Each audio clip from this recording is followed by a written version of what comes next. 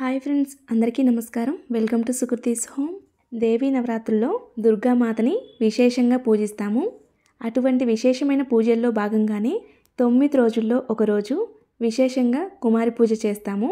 అయితే ఈ కుమారి పూజని ఎప్పుడు చేయాలి, ఎలా చేయాలి, ఎవరికి చేయాలి, ఎందుకు చేస్తాము అనే పూర్తి వివరాలను తెలుసుకుందాము.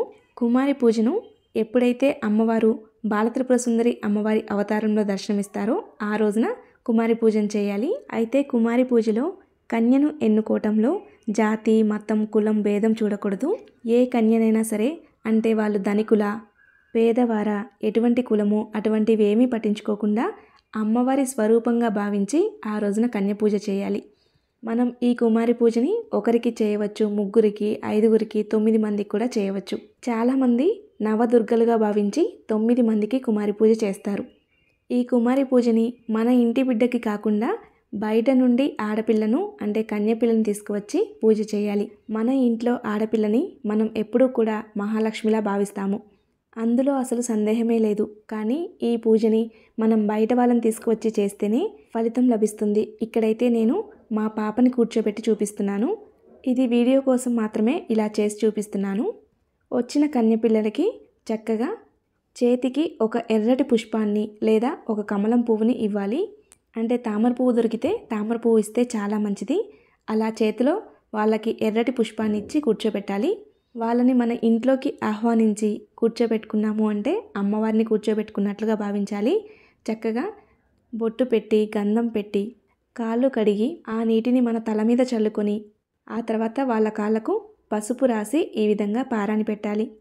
తెల్ల సున్నం తీసుకువచ్చి పారాని పెట్టాలి. అయితే చిన్నపిల్లలు కాబట్టి సున్నం చాలా పలుచగా తీసుకోవాలి. ఎందుకంటే కొంచెం ఎక్కువగా తీసుకుంటే మంట వచ్చే అవకాశం ఉంటుంది. చక్కగా పారాని పెట్టి వాళ్ళ కాళ్ళకి పుష్పాలతో పూజ చేయాలి. మనం ఈ కుమారి పూజ కోసం కన్యపిల్లని 2 సంవత్సరాల పైనుండి 10 సంవత్సరాల లోపు పిల్లల్ని తెచ్చుకోవచ్చు. మనం తీసుకువచ్చే కన్యపిల్ల యొక్క వయసును బట్టి ఆ అమ్మవారి యొక్క పేరు మారుతుంది. అంటే 2 సంవత్సరాల పాప అయితే కుమారి అని, 3 సంవత్సరాల పాప అయితే త్రిమూర్తి అని, 4 సంవత్సరాల పాపని కళ్యాణి అని, 5 సంవత్సరాల పాపని రోహిణి అని, 6 సంవత్సరాల పాపని కాళిక అని, 7 సంవత్సరాల పాపను చండిక అని, 8 సంవత్సరాల పాపను శాంభవి అని, 9 సంవత్సరాల పాపను దుర్గా అని అంటారు. కుమారి పూజ భక్తులకు ఆశీర్వాదం ఇస్తుందని, అలాగే అన్ని ప్రమాదాల నుండి కాపాడుతుంది అని చెప్తారు. అమ్మవారి పాదాలకు పుష్పాలతో పూజ చేసిన తర్వాత అమ్మవారికి తాంబూలం ఇవ్వాలి. అయితే మన వీలుని బట్టి తీసుకువచ్చిన కన్యపిల్లకు బట్టలు పెట్టవచ్చు, లేదంటే జాకెట్ ముక్క పెట్టైనా తాంబూలం ఇవ్వవచ్చు.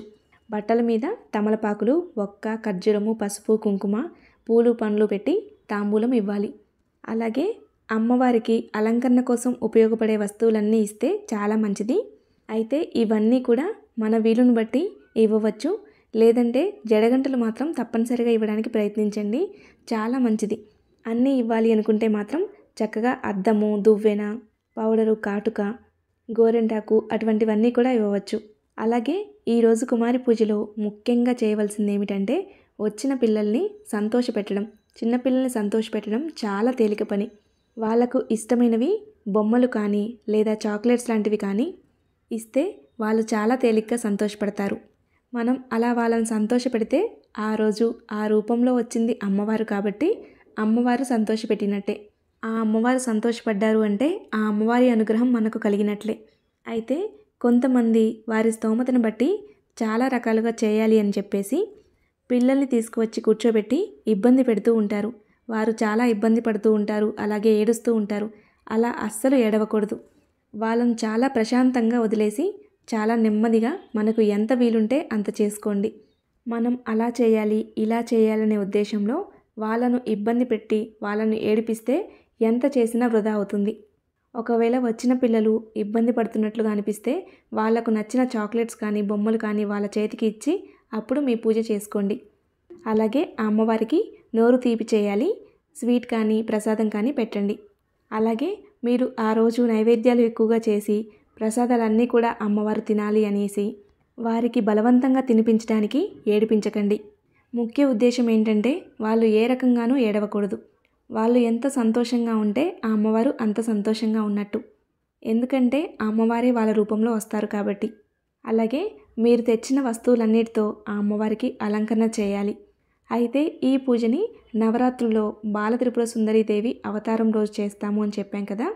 ఒకవేళ ఆ రోజు కుదరని పక్షంలో దుర్గాష్టమి రోజు చేయండి. దుర్గాష్టమి రోజు కూడా కుదరదు అనుకుంటే ఈ 9 రోజుల్లో ఎప్పుడైనా చేయవచ్చు. అలాగే 2 దీపారాధన కుందుల్లో దీపారాధన చేసి వారికి హారతినివ్వాలి. మంగళహారతి పాట పాడాలి. అలాగే మంగళహారతి ఎప్పుడూ కూడా పట్టిన తర్వాత దేవుడికి చూపించిన తర్వాత మనుషులకు చూపిస్తాము. కానీ కుమారి పూజలో వచ్చింది అమ్మవారే కాబట్టి ముందుగా మనం అమ్మవారికే హారతి చూపించవచ్చు. హారతి ఇచ్చిన తర్వాత వాళ్ళ దగ్గర ఆశీర్వాదం తీసుకోవాలి. ఆ అమ్మవారి గాజులకి పాదాలకి నమస్కరించి ఆశీర్వాదం తీసుకోవాలి. ఆ తర్వాత అమ్మవారికి దిష్టి తీయాలి. పసుపు సున్నం కలిపి ఎర్రనీళ్ళం చేసి ఆ నీటిలో కర్పూరం బిళ్ళ పెట్టి వెలిగించి దిష్టి తీయాలి. ఈ ఎర్ర నీళ్ళు, అమ్మవారి కాలు కడిగిన నీళ్ళు, అమ్మవారికి పూజ చేసిన పువ్వులు ఎవరూ తొక్కని ప్రదేశంలో వేయాలి. ఆడపిల్లలు అమ్మవారితో సమానము. ఇంట్లో ఆడపిల్లని ఏడిపించకూడదు, అలాగే ఆడపిల్లని గౌరవించాలి అనే విషయాన్ని బోధిస్తుంది ఈ కుమారి పూజ. తెలుసుకున్నారు కదండి కుమారి పూజ ఏ విధంగా చేయాలి, ఎందుకు చేస్తాము అని పూర్తి వివరాల గురించి. ఈ వీడియో మీకు నచ్చిందని అనుకుంటున్నాను. ఈ వీడియో కానీ మీకు నచ్చినట్లయితే లైక్ చేయండి. మీ స్నేహితులకి బంధువులకి షేర్ చేయండి. మరిన్ని వీడియోస్ కోసం మన ఛానల్ సబ్స్క్రైబ్ చేసుకోండి. ధన్యవాదములు.